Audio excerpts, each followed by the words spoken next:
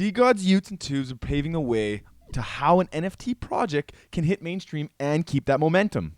Do you ever wonder how, though? In the crypto NFT space, months can seem like years and years can seem like decades. So some of the finer details of what happened and how DeGod's got to where they are may be lost on some. Today we're going to dive in and go through their entire ecosystem, take a look at everything, and let's jump in because there's a lot of learnings here, and Frank DeGods is low-key a genius. If you head over right to their DeGods.com website, you'll find this DeGods #1 community on Solana. They're actually moving to Polygon, and they got this video. Why the fuck is everyone so hyped about DeGods? Like ask about the DeGods. DeGods are What makes DeGods so special? DeGods. Tell me about DeGods. Hype. He doesn't believe the hype. Where does Frank live? So there's a good hint here.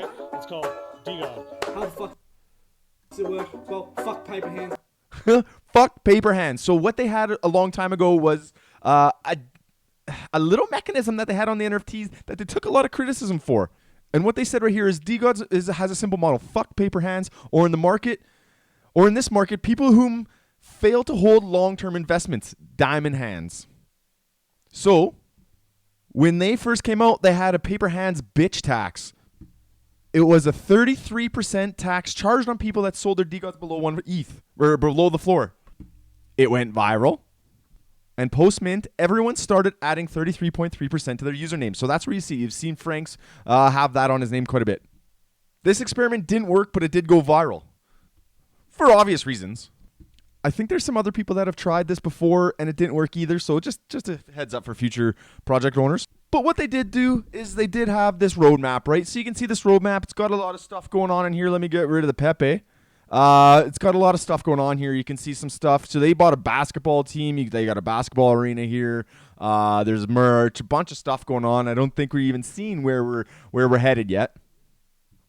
So on the DeGods website, you can see their arts. You can buy a DeGod. It talks about their coin, their dust coin. We'll go into that as well just in a little bit here. Some of their famous Twitter people here that are using some of the DeGods. And this is just a little bit of when they bought their promotional video when they bought a professional basketball team in the Big 3 League. So now they're just looking. They want to get a championship. You can see DeGods right there. This is our team. Now let's win a fucking champion. They're all about just pumping things up. The only country without a DeGod holder is North Korea. Roadmap. You can see all this stuff. So we're gonna jump in. I'll show you some of the NFTs here. So these are the DeGods. You see these if you wanted to purchase any. They're around 500, 600 sol right now. So they're going up. They're going up. So what happened was when you had a DeGod, they ended up becoming a portal, I guess, kind of like a Bored Ape to a Mutant Ape. You would buy a tube. You would get one of these tubes, and you would be able to mint a new yOOT. So you'd see these yOOts. yOOts are looking pretty good. They're a little bit on the lower side collection, and there's the high-end collection, which is their DeGods, and they have the lower-end collection here. You can stake your DeGod. You'll end up getting some dust coins out of that. It's an ERC20 coin, I believe it is. So you can see it here. Well, how much was it? They had 64 million TV minimum value locked. Oh, well, 8,000 DeGods. So 89% of them are staked. A lot of interesting stuff here on Twitter. Like this guy, Scumsoul, he goes on about how the story came out and how they created them. So you can kind of see how they came up with all the different features and all the different the traits. They even go in a little bit about the vignettes and like the backgrounds, how they went through it. Some of the one-on-ones. They talk about just some of the story and the lore behind them, but they also talk about the artists and how they kind of found, there's a group of them and they all found their niche about certain stuff. So they all kind of found out which part of the traits or what traits they wanted to do. Once you stake your DeGod, you can kind of see they have a raffle here. You can buy, there's a whole bunch of stuff in here, NFTs to real life, sneakers, obviously, street gear, merch, all that stuff. But what you'll see is they didn't mint out all the yOOts, or the yOOts. So these are the ones you can see unminted only. So there's still, I don't even know how many more are left. There's still a lot. There's a 101. There's some really nice ones in here. So people just haven't done that because I'll show you why. The price difference is quite a bit, right? A yOOts mint tube is 225 SOL. If you get a floor, you're going to pay, you can only be able to get 160 for it. So you're gambling, right? So you take your DeGod, which is pricey as hell. You buy a tube, and then you get a yOOT, and you're hoping that the yOOT is worth more than that tube. There's some big ones in there. If you got the 101, if you got this guy right here, man, you pay off half your mortgage if you paper hand that thing. So in order to grow, Frank DeGods and his team, I think the CEO is Kevin. Well, they just announced, so they doxed themselves just a little while ago. I think it was right before NFT Miami, maybe. So they went out and they doxed himself, and then he became pretty popular, right?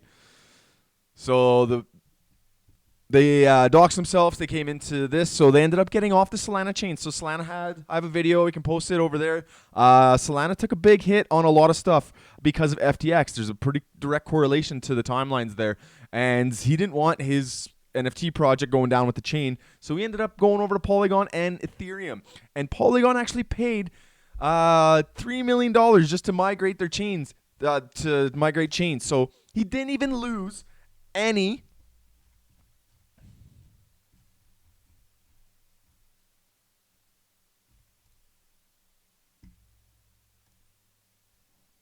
You can see this here as well. He did a big description of it here. You can see that. Bunch of hires coming up, incubator projects that will mint with points and blah, blah, blah. So there's a lot of cool stuff.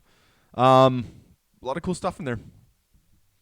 And the one thing that they said that they're going to do is they're going to absolutely port all the NFTs over. They're not going to wrap them, right? They're not going to wrap all these NFTs and just put them over to, we'll still have a Solana one, we'll still have a Polygon one, we'll still have an Ethereum one. They're gonna port them right over. So that technology, there's a little risk there, but they got the backing of Polygon. Polygon is the founder of Matic, the coin, so they have Polygon Labs.